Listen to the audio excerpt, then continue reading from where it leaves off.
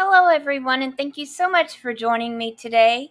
My name is Mademoiselle Lena, and you can find me online at www.conjureknits.com. I first want to start off by saying thank you for viewing my video. If you haven't already done so, please consider subscribing to my channel. Hit that like button, subscribe, comment. Let's talk about this book as we go along. I love this book.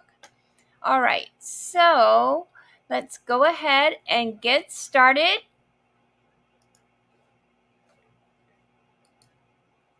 Chapter 21.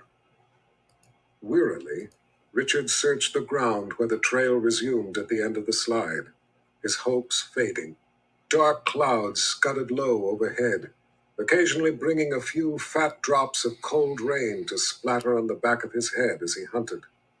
It had occurred to him that maybe Kaelin had made it through the Narrows, that she had only become separated from him and had continued on. She was wearing the bone Addie had given her, and it should have kept her safe. She should have been able to make it through, but he was wearing the tooth, and Addie had said he couldn't be seen either, yet the shadows had come for them anyway. It seemed odd. The shadows hadn't moved until it was dark, at the split rock.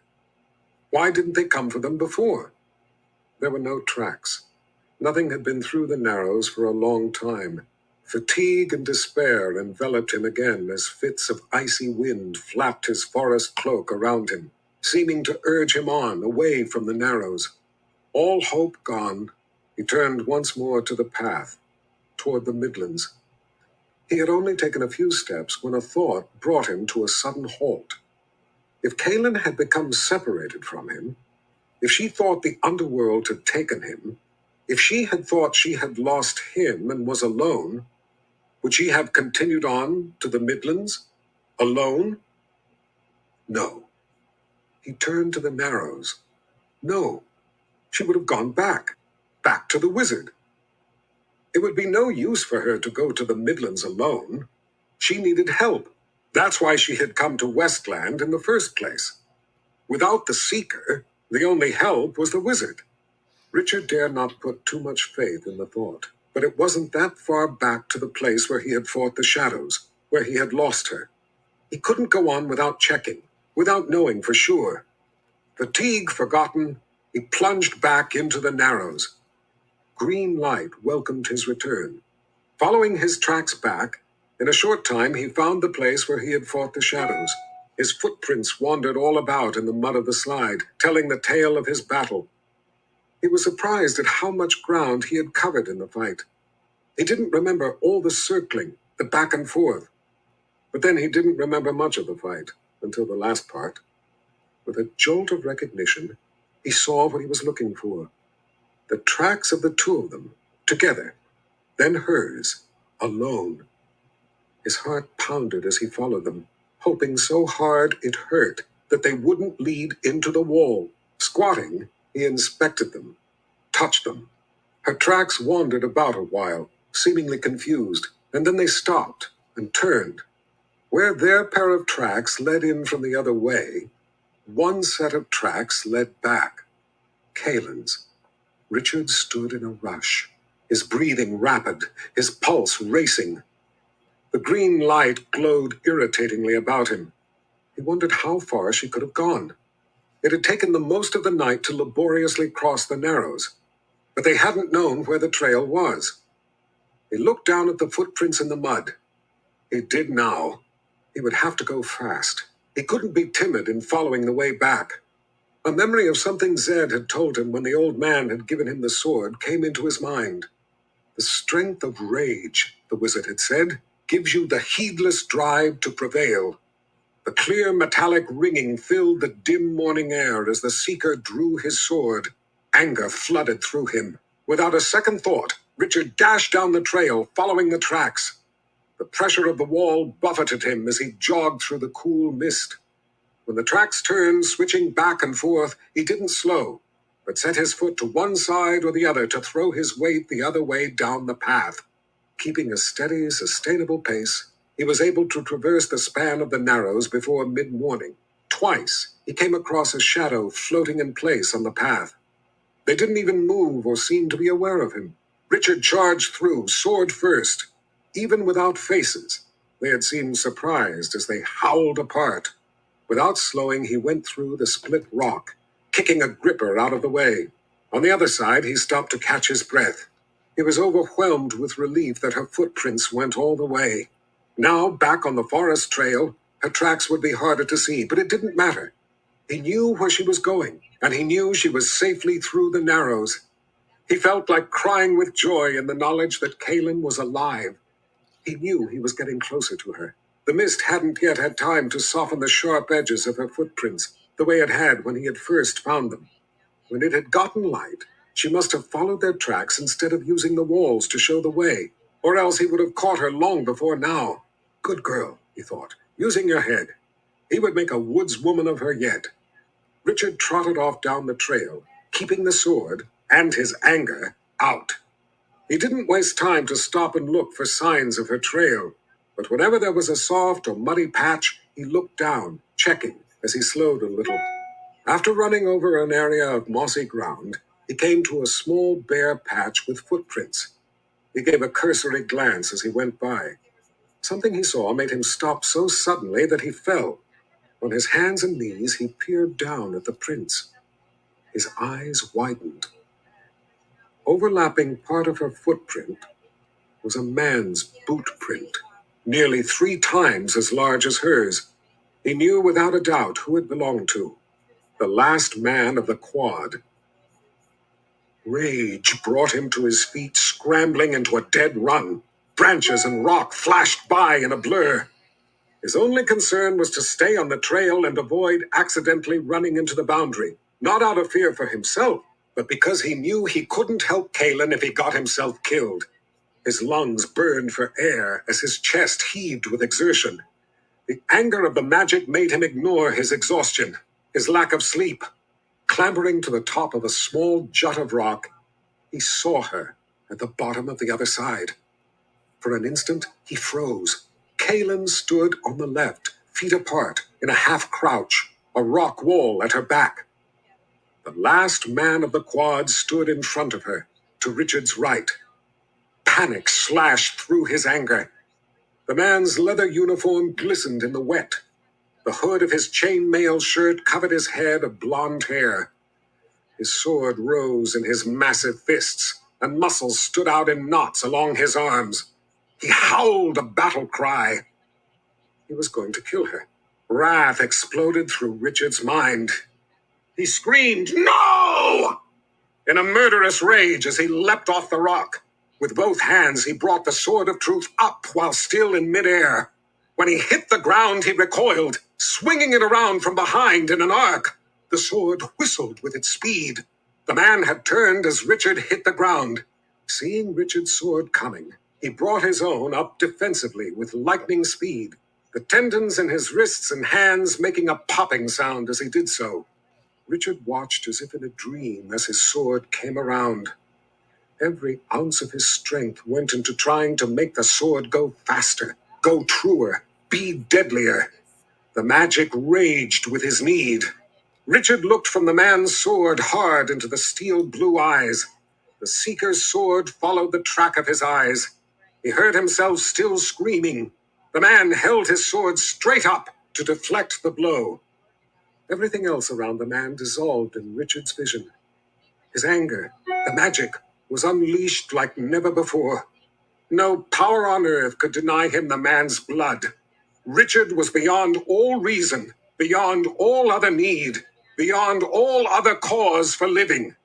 He was death brought to life. Richard's entire life force focused lethal hatred into the drive of his sword.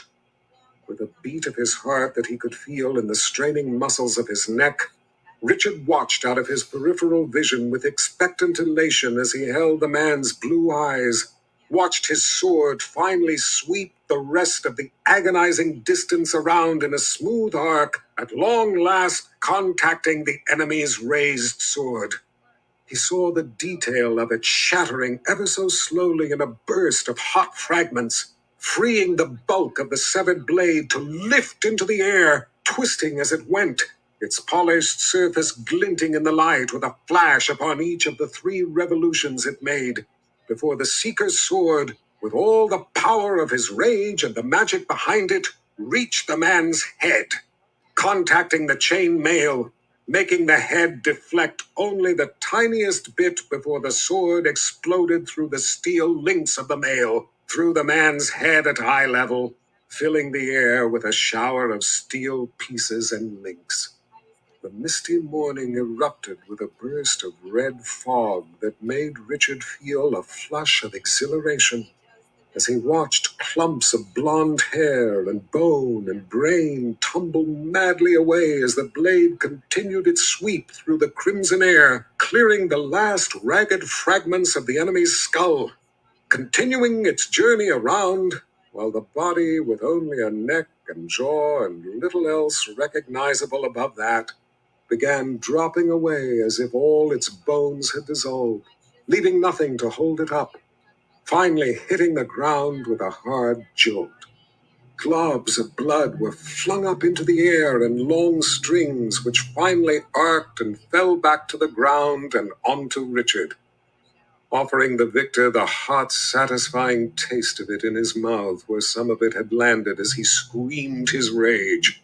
More pumped thick and copious out into the dirt, at the same time as bits of steel from the chain mail and shattered sword rained to earth, while other bits of bone and steel that had already flown past Richard bounced and skittered across the rock behind him, and still more bone and brain and blood from up in the air fell back at last onto the ground all about, tinting everything a rich red. The bringer of death stood victorious over the object of his hate and rage, soaked in blood, and the glory of joy such as he had never imagined. His chest heaved in rapture. Bringing the sword to the front again, he checked for any other threat. There was none. And then the world imploded upon him. Everything about jolted back into his sight. Richard saw a wide-eyed look of shock on Kalen's face before the pain took him to his knees, ripping through him, doubling him over. The sword of truth dropped from his hands. Sudden realization of what he had done slashed through him. He had killed a man. Worse, he had killed a man he had wanted to kill. It didn't matter that he was protecting another life. He had wanted to kill, had reveled in it. He would have allowed nothing to deny him the killing. The vision of his sword exploding through the man's head flashed over and over in his mind. He couldn't make it stop. In searing pain like none he had ever known, he clutched his arms across his abdomen. His mouth was open, but no scream came forth. He tried to let himself lose consciousness to stop the pain, but could not. Nothing else existed but the pain, just as nothing else had existed in his desire to kill but the man. The pain whited his vision out. He was blind. Fire burned through every muscle, bone, and organ of his body, consuming him, taking his breath from his lungs, choking him in convulsing agony. He fell to his side on the ground, his knees pulled up to his chest, the screams coming at last in pain now as he had screamed in rage before. Richard felt the life being drawn from him. Through the anguish and hurt, he knew that if this went on, he wasn't going to be able to retain his sanity, or worse, his life. The power of the magic was crushing him. He could never have imagined that this level of pain existed. Now he couldn't imagine it ever leaving. He felt it stripping his sanity from him. In his mind, he begged for death. If something didn't change, and quick, he would have it, one way or another. In the fog of agony, a realization came to him. He recognized the pain. It was the same as the anger. It coursed through him the same way as the anger from the sword. He knew that feeling well enough. It was the magic. Once he recognized it as the magic, he urgently tried to take control of it, the way he had learned to control the anger. This time he knew he must win control or die. He reasoned with himself, came to comprehend the need of what he had done, horrible as it was. The man had sentenced himself to death with his own intent to kill. At last, he was able to put away the pain, as he had learned to put away the anger. Relief washed over him. He had won both battles. The pain lifted and was gone. Lying on his back, panting, he felt the world come rushing back. Kalen was kneeling beside him, wiping a cool, damp cloth over his face, wiping off the blood. Her brow was wrinkled. Tears ran down her cheeks. Splatters of the man's blood lay in long streaks across her face. Richard rose to his knees and took the cloth from her hand to wipe her face, as if to wipe from her mind the sight of what he had done. Before he could, she threw her arms around him, embracing him tighter than he would have thought her capable of. He hugged her back just as tight, while her fingers went up the back of his neck, into his hair, holding his head to her as she cried. He couldn't believe how good it felt to have her back. He didn't want to let her go, ever. "I'm so very sorry, Richard," she sobbed. "For what?" "That you had to kill a man on my account." He rocked her gently, stroking her hair. "It's all right." She shook her head against his neck. "I knew how much the magic would hurt you. That's why I didn't want you to have to fight the men back at the inn. Zed told me the anger would protect me from the pain. Kalen, I don't understand. There is absolutely no way I could have been any more angry." She separated from him, her hands on his arms, squeezing as if to keep testing that he was real. "Zed told me to watch out for you, if you use the sword to kill a man. He told me that what he said about the anger protecting you was true, but he said the first time was different, that the magic tested, took a measure of the seeker with the pain, and nothing could protect you from it. He said that he couldn't tell you because if you knew, it would make you hold back, be more cautious in its use, and that could be disastrous. He said the magic has to join to the seeker with its first ultimate use, to ascertain his intent when he kills." She squeezed his arms. "He said the magic could do terrible things to you. It tests with the pain to see who will be the master, who the ruled." Richard sat back on his heels, startled. Addie had said the wizard kept a secret from him. This must have been it. Zed must have been very worried and afraid for him. Richard felt sorry for his old friend. For the first time, Richard truly understood the meaning of being seeker, in a way no one else but a seeker could. Bringer of death. He understood it now. Understood the magic, how he used it, how it used him, how they were now joined. For better or worse, he would never be the same again. He had tasted fulfillment of his darkest desire. It was done. There was no going back to being as he was before. Richard brought the cloth up and wiped the blood from Kalen's face. "I understand. I know now what he was talking about. You were right not to tell me." He touched the side of her face, his voice gentle. "I was so afraid you were killed." She put her hand over his.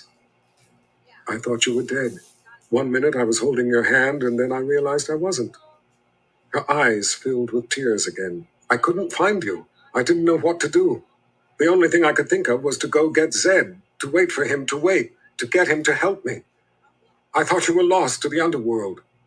I thought that's what happened to you, too. I almost went on alone." He grinned. "Seems I have to keep coming back for you." She smiled for the first time since he had found her, then put her arms around him again.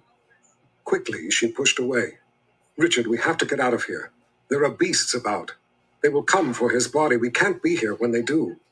He nodded, turned, picked up his sword, and got to his feet. He reached down for her to help her up.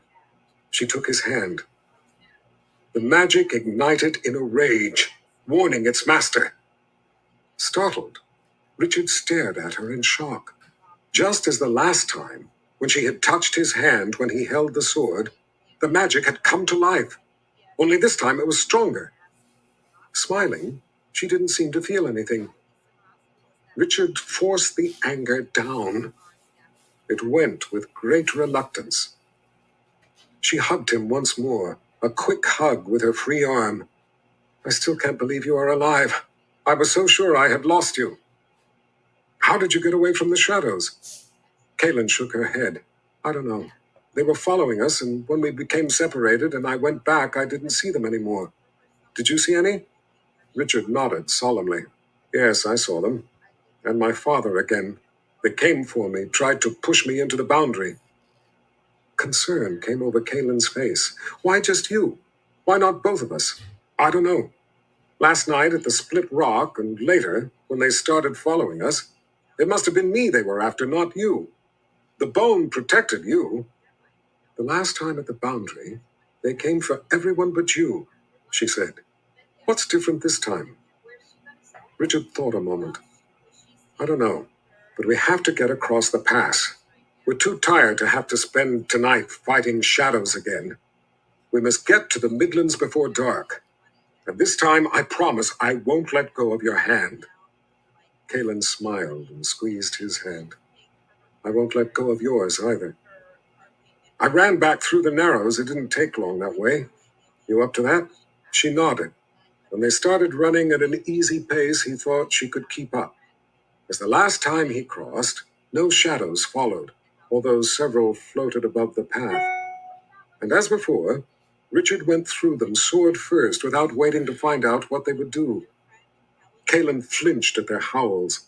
He watched the tracks as he ran, pulling her through the turns, keeping her on the trail. When they were clear of the slide, and on the forest path on the other side of the Narrows, they slowed to a fast walk to catch their breath. Drizzle wet their faces and hair. Happiness over finding her alive dimmed his worry about the difficulties that lay ahead. They shared bread and fruit as they kept moving. Even though his stomach was grumbling with hunger, he didn't want to stop for anything more elaborate. Richard was still confused by the reaction of the magic when Kaylin had taken his hand. Was it something the magic felt in her, or was the magic reacting to something in his own mind? Was it because he was afraid of her secret? Or was it something more? Something the magic itself felt in her? He wished Zed was around so he could ask him what he thought. But then, Zed had been there the last time and he hadn't asked him about it then. Was he afraid of what Zed might tell him? After they had eaten a little and the afternoon had worn on, they heard growls off in the woods. Kaylin said it was the beasts. They decided to run again, to get clear of the pass as soon as possible. Richard was beyond being tired. He was simply numb as they ran through the thick wood. Light rain on the leaves washed out the sound of their footfalls.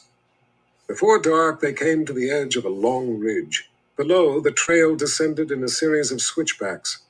They stood at the top of the ridge, in the woods, as if at the mouth of a cave, looking out over an open grassland swept with rain. Kaylin held herself erect. Richard, I know this place, she whispered. So what is it? It is called the Wilds. We are in the Midlands. She turned to him. I am returned home. He lifted an eyebrow. The place doesn't look that wild to me. It is not named after the land. It is named after those who live in it. After descending the steep ridge, Richard found a small protected spot under a slab of rock, but it wasn't deep enough to keep out all the rain. So he cut pine boughs and leaned them against the jut of rock, making a small, reasonably dry shelter where they could spend the night. Kaylin crawled inside, and Richard followed, pulling boughs over the entrance, sealing out most of the rain. Both slumped down, wet and exhausted. Kaylin took her cloak off and shook out the water. I've never seen it be overcast so long, or rain so much. I can't even remember what the sun looks like. I'm becoming weary of it. Not me, he said quietly. She frowned, so he explained. Remember the snake-like cloud that followed me? The one sent by Rawl to track me? She nodded. Zed cast a wizard's web to bring other clouds to hide it.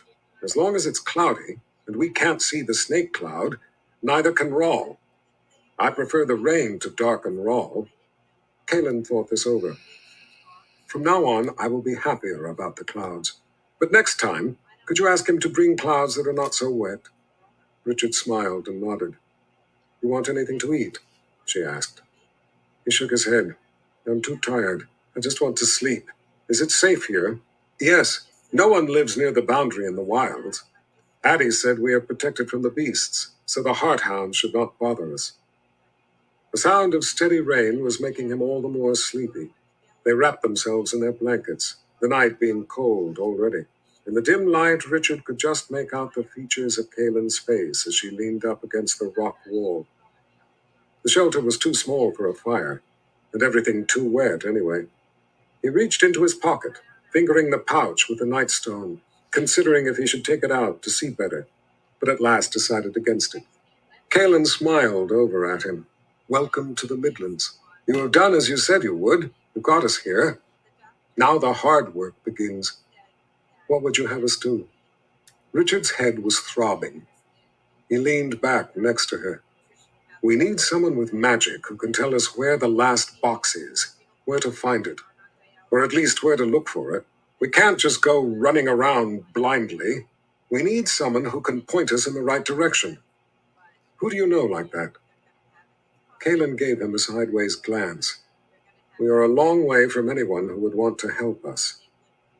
She was avoiding telling him something. His anger jumped. I didn't say they had to want to help us. I said they had to be able to. You just take me to them and I'll worry about the rest. Richard immediately regretted his tone of voice. He leaned his head back against the rock wall and put the anger down. Kalen, I'm sorry.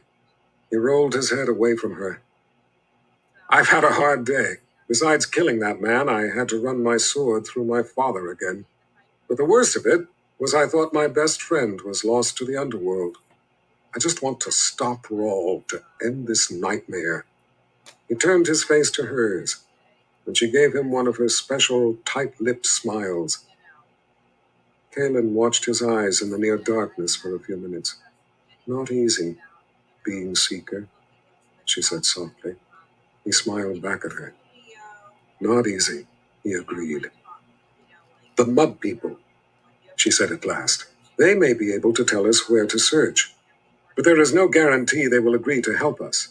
The wilds are a remote part of the Midlands, and the mud people are not used to dealing with outsiders. They have strange customs. They do not care about the problems of others. They wish only to be left alone. If he succeeds, Dark and Rawl will not respect their wishes, he reminded her. Kalen took a deep breath, letting it out slowly. Richard, they can be dangerous. Have you dealt with them before? She nodded. A few times. They do not speak our language, but I speak theirs. Do they trust you? Kalen looked away as she wrapped her blanket tighter. I guess so. She looked up at him from under her eyebrows. But they are afraid of me. And with the mud people, that may be more important than trust. Richard had to bite the inside of his lip to keep from asking why they were afraid of her. How far? I'm not sure exactly where we are in the wilds. I didn't see enough to tell for certain. But I'm sure they are no more than a week to the northeast. Good enough. In the morning, we head northeast. When we get there, you must follow my lead. And if I tell you something, you must pay heed. You must convince them to help you, or they will not, sword or no sword. He gave her a nod. She took her hand out from under the blanket and put it on his arm. Richard, she whispered, thank you for coming back for me. I'm sorry for what it cost you. I had to. What good would it do to go to the Midlands without my guide? Kalen grinned. I will try to live up to your expectations. He gave her hand a squeeze before they both lay down. Sleep took him as he thanked the good spirits for protecting her. Chapter 22. Zed's eyes popped open. The aroma of spice soup was thick in the air. Without moving, he looked cautiously about. Chase lay next to him. There were bones hung on the walls, and it was dark outside the window. He looked down at his body. Bones were piled upon him. Without moving, he carefully caused them to rise slowly into the air. Then he silently made them float aside and finally to set down. Making no sound, he rose. He was in a house full of bones, bones of beasts. He turned around. He was surprised to come face to face with a woman, just as she also turned around. In a fright, they both screamed and threw their skinny arms into the air. "Who are you?" he asked, leaning forward, peering into her white eyes. She snatched her crutch just before it toppled over and put it back under her arm. "I be Addie," she answered in a raspy voice. "You gave me a scare. You awoke sooner than I expected."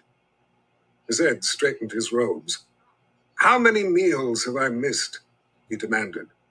Scowling, Addie looked him up and down. "Too many by the looks of it." A grin creased Zed's cheeks. He in turn eyed Addie from top to bottom. "You are a fine-looking woman," he announced.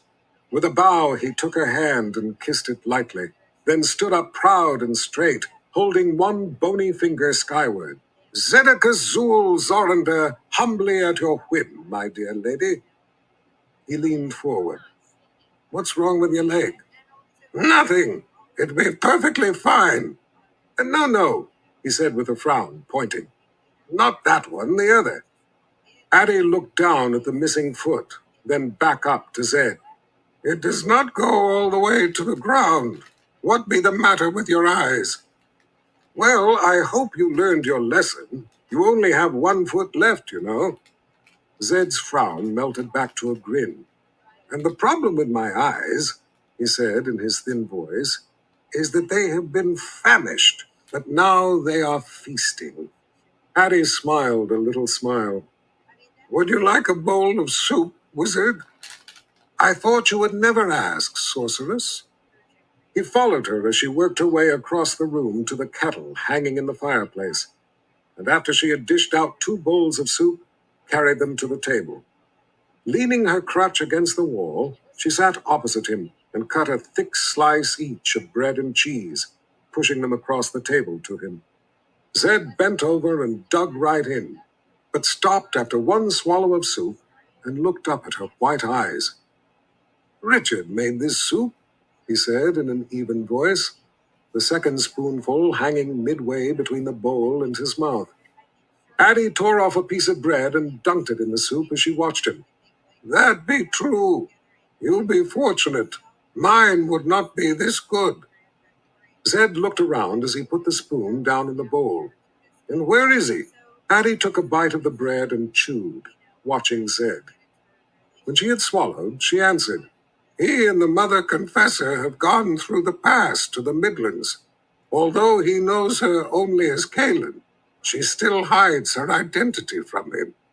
She went on to tell the wizard the story of how Richard and Kaelin had come to her, seeking her help for their stricken friends. Zed picked up the cheese in one hand, the bread in the other, taking alternating bites as he listened to Addie's tale, wincing at hearing that he had been sustained on gruel. "He told me to tell you he could not wait for you," she said, "but that he knew you would understand.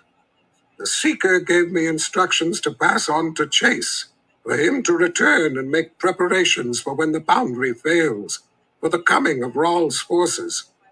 He was sorry he did not know what your plan be, but feared he could not wait." "Just as well," the wizard said under his breath. "My plan does not include him." Zed went back to eating in earnest. When he had finished the soup, he went to the kettle and helped himself to another bowlful. He offered to get Addie more, but she was not yet finished with her first, since she had spent most of the time with her eyes on the wizard. As he sat back down, she pushed more bread and cheese at him. "Richard keeps a secret from you." she said in a low voice. If it were not for this business with Rawl, I would not speak of it. But I thought you should know. The light from the lamp lit his thin face and white hair, making him look stark and all the more thin in the sharp shadows. He picked up his spoon, looked down at the soup a moment, then back up at her face. As you well know, we all have secrets, wizards more than most. If we all knew each other's secrets, it would prove a very strange world. Besides, it would take all the fun out of the telling of them. His thin lips widened in a smile. His eyes sparkled. But I fear no secret of a person I trust, and he has no need to fear mine. It is part of being friends. Addie leaned back in her chair. Her blank white eyes stared at him. Her small smile came back. For his sake, I hope you be right in your trust. I would not want to give a wizard cause to be angry. Zed shrugged. As wizards go, I'm pretty harmless. She studied his eyes in the lamplight. That be a lie, the sorceress whispered in a low rasp. Zed cleared his throat and thought to change the subject. It would seem I owe you thanks for tending to me, dear lady. That be true. And for helping Richard and Kaelin. He looked over to Chase, pointing with his spoon. And the boundary warden, too. I am in your debt. Addie's smile widened. Perhaps someday you can return the favor. Zed pushed up the sleeves of his robes and went back to eating the soup, but not quite as voraciously as before. He and the sorceress watched each other. The fire in the hearth crackled, and outside night bugs chirped. Chase slept on. How long have they been gone? Zed asked at last. This be the 7th day he has left you and the boundary warden to my care. Zed finished his meal, pushing the bowl carefully away. He folded his thin hands on the table, looking down as he tapped his thumbs together. The light from the lamp flickered and danced on his mass of white hair. Did Richard say how I was to find him? For a moment, Addie didn't answer. The wizard continued to wait, tapping his thumbs until at last she spoke. I gave him a nightstone. Zed jumped to his feet. You did what? Addie calmly looked up at him. Would you have me send him through the pass at night without a way to see? To be blind in the pass is a sure death. I wanted him to make it through. It'd be the only way for me to help him. The wizard put his knuckles on the table and leaned forward, his wavy white hair falling around his face. Did you warn him? Of course I did. His eyes narrowed. How? With a sorceress's riddle? Addie picked up 2 apples and tossed one to Zed. He caught it in the air with a silent spell. It floated, spinning slowly while he continued to glare at the old woman. Sit down, wizard, and stop showing off. She took a bite of her apple, chewing slowly. Zed sat down in a huff. I did not want to frighten him. He already be fearful enough. Had I told him what a nightstone could do, he might have been afraid to use it, and the result would have been that the underworld would have had him sure.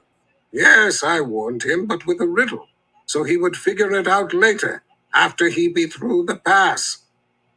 Zed's stick-like fingers snatched the apple out of the air. Bags, Addie, you don't understand. Richard hates riddles, always has. He considers them an insult to honesty. He won't brook them. He ignores them as a matter of principle. The apple snapped as he took a big bite. He be seeker. That be what seekers do. They solve riddles. Zed held up a bony finger.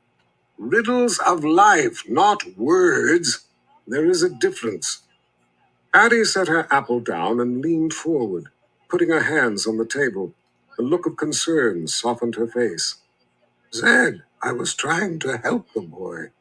I want him to succeed. I lost my foot in the pass. He would have lost his life. If the seeker loses his life, we all lose ours too. I did not mean him harm. Zed put his apple down and dismissed his anger with a wave of his hand.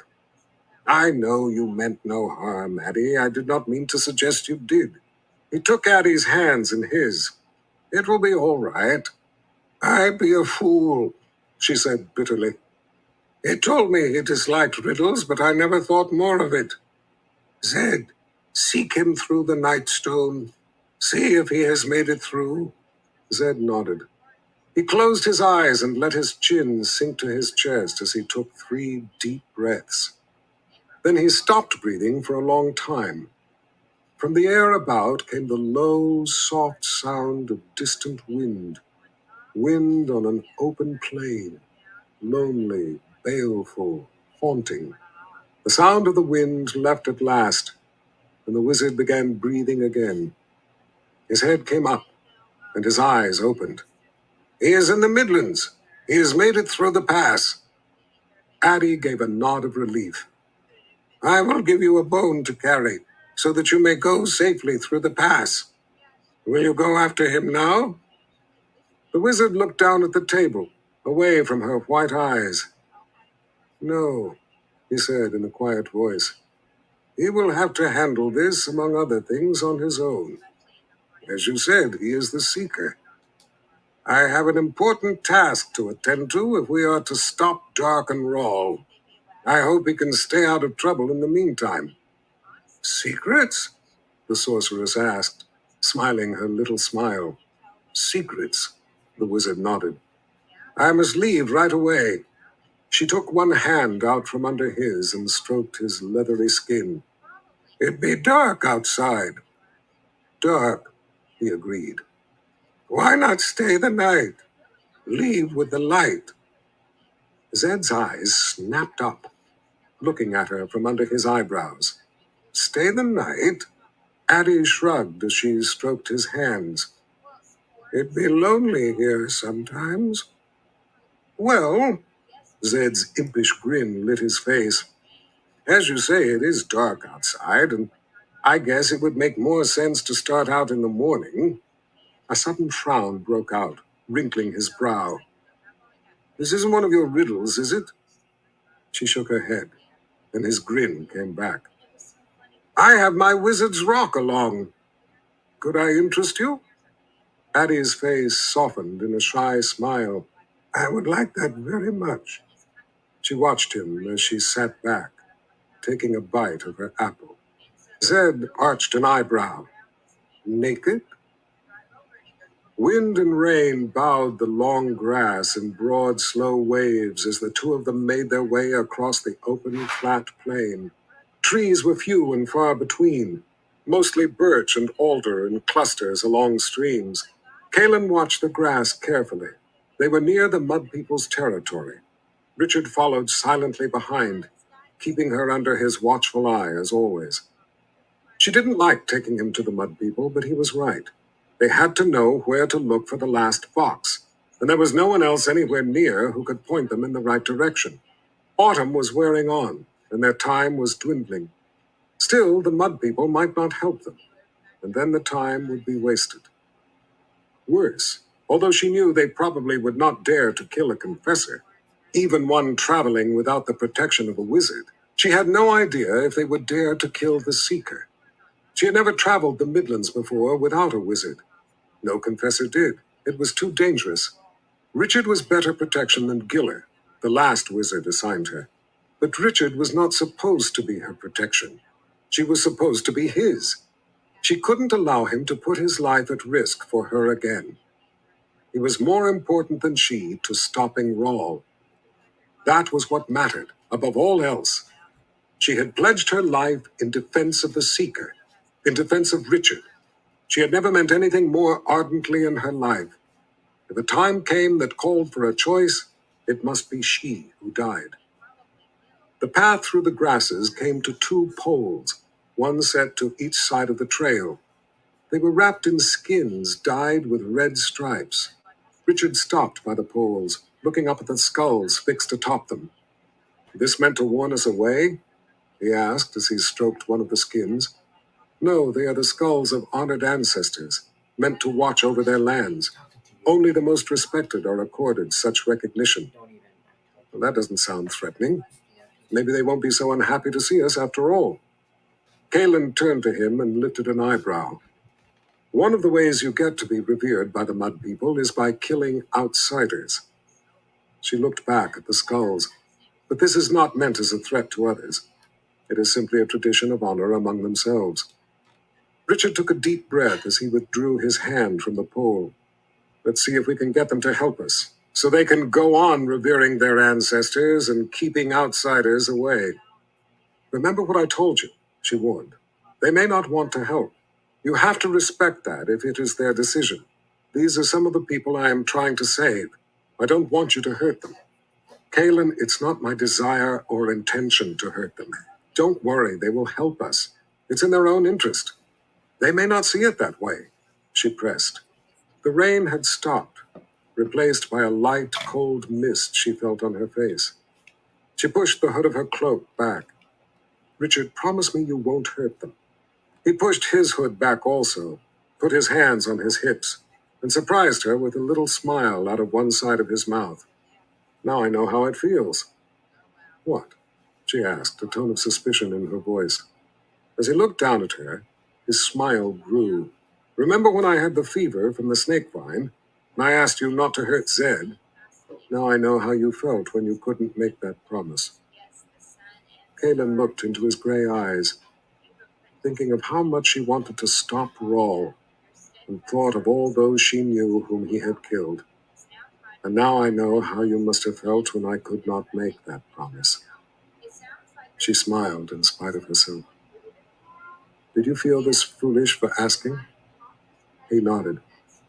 When I realized what was at stake, and when I realized what kind of person you were, that you wouldn't do anything to harm anyone unless there was no choice. Then I felt foolish for not trusting you. She did feel foolish for not trusting him, but she knew he trusted her too much. I'm sorry, she said, the smile still on her lips. I should know you better than that. Do you know how we can get them to help us? She had been to the village of the Mud People several times, none of them by invitation. They would never request a confessor. It was a common chore among confessors, paying a professional call on the different peoples of the Midlands. They had been polite enough, out of fear, but they had made it clear that they handled their own affairs and did not want outside involvement. They were not a people who would respond to threats. The Mud People hold a gathering called a Council of Seers. I've never been allowed to attend, maybe because I am an outsider, maybe because I am a woman. This group divines the answers to questions that affect the village. They will not hold a gathering at sword point. If they are to help us, they must do so willingly. You must win them over. He gazed hard into her eyes. With your help, we can do it. We must. She nodded and turned to the path once more. Clouds hung low and thick above the grassland, seeming to boil slowly as they rolled along in an endless procession. Out on the plains, there seemed to be much more sky than there was anywhere else. It was an overpowering presence, dwarfing the unchanging flat land. Rains had swollen the streams until the churning muddy water pounded and frothed with a roar at the bottoms of the crossing logs that were used as bridges. Kaylin could feel the power of the water making the logs shudder under her boots. She stepped carefully, as the logs were slippery, and there was no hand rope to aid her crossing. Richard offered her his hand to steady her, and she was glad for the excuse to take it. She found herself looking forward to the stream crossings, to being able to take his hand. But as deeply as it hurt, she couldn't allow herself to encourage his feelings for her. She wished so much she could just be a woman, like any other. But she wasn't. She was a confessor. Still, sometimes for brief moments, she could forget and pretend. She wished Richard would walk next to her, but he instead stayed behind, scanning the countryside, watching out for her. He was in a strange land, taking nothing for granted, seeing threat in everything. In Westland, she had felt the same way, so she understood the feeling. He was putting his life at great peril against Rawl, against things he had never encountered before, and was right to be wary.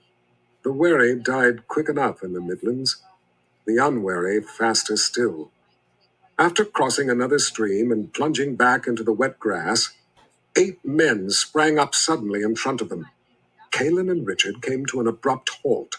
The men were wearing animal skins over most of their bodies.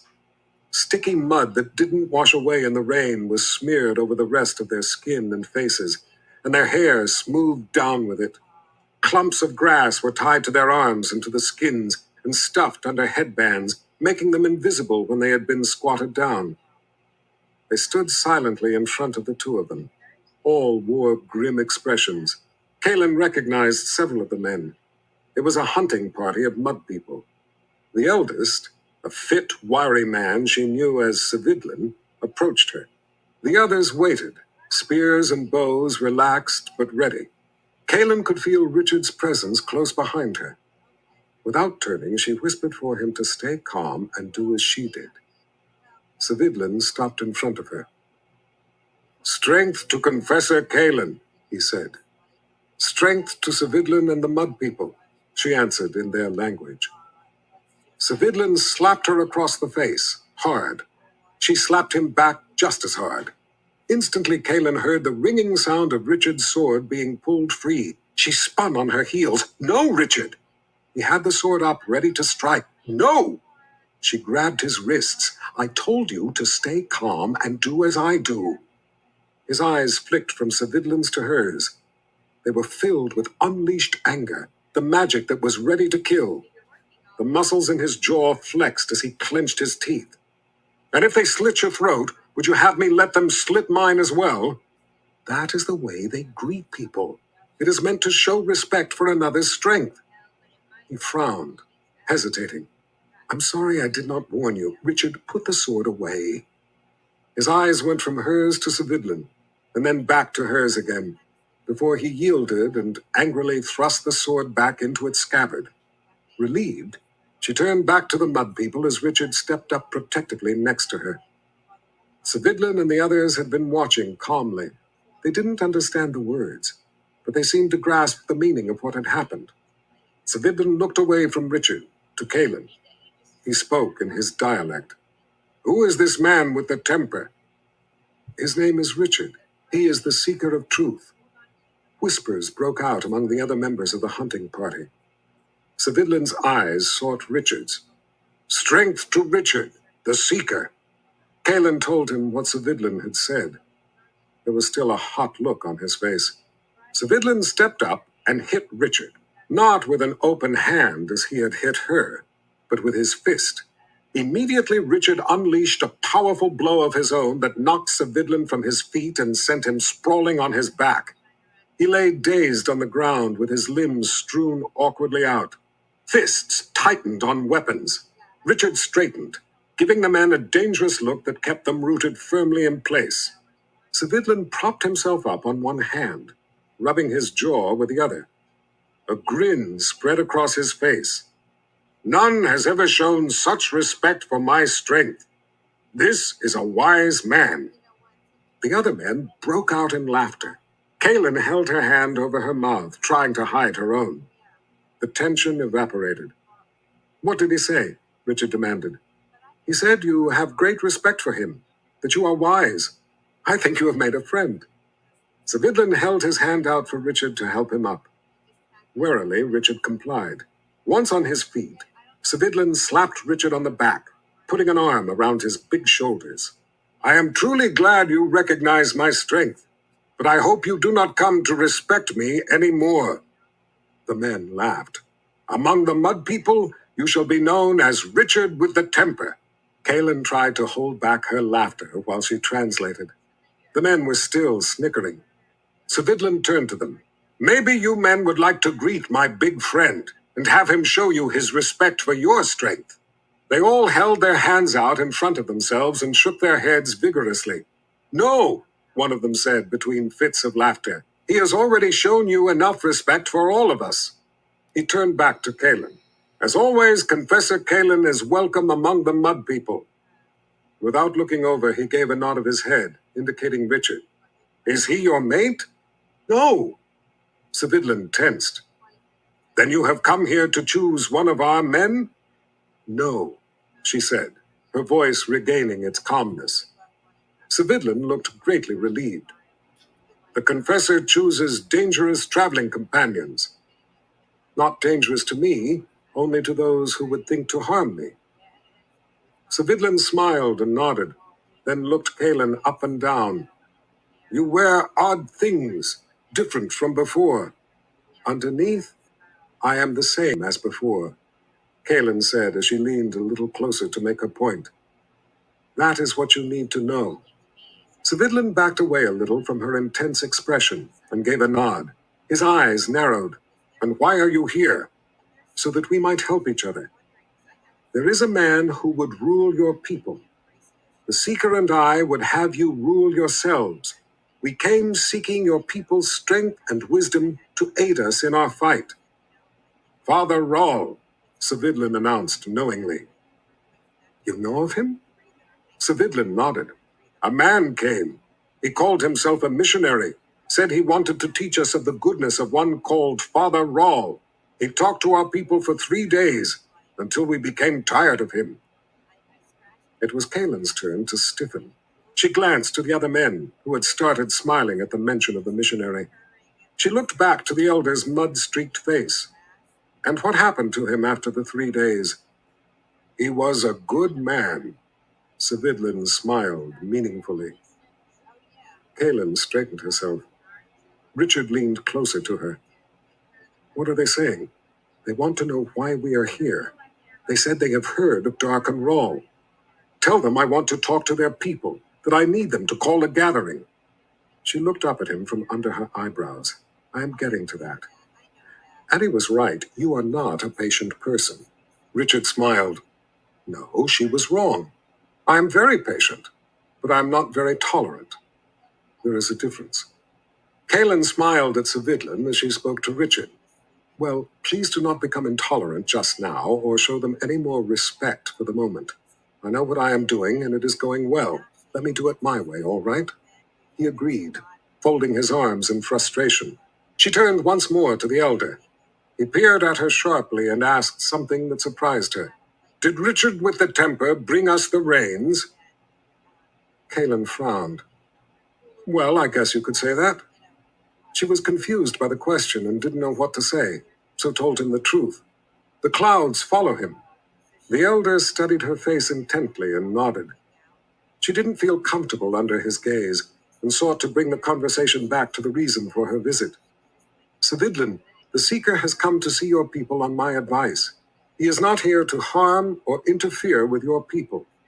You know me. I have been among you before. You know of my respect for the Mud People. I would not bring another to you unless it was important. Right now, time is our enemy. Savidlin considered what she had said for a while, then at last spoke. As I said before, you are welcome among us. He looked up with a grin at the Seeker, then back to her. Richard with the temper is most welcome in our village, too. The other men were pleased with the decision. They all seemed to like Richard. They gathered up their things, including 2 deer and a wild boar, each tied to a carrying pole. Kalen hadn't seen the result of their hunt before because it had been hidden in the tall grass.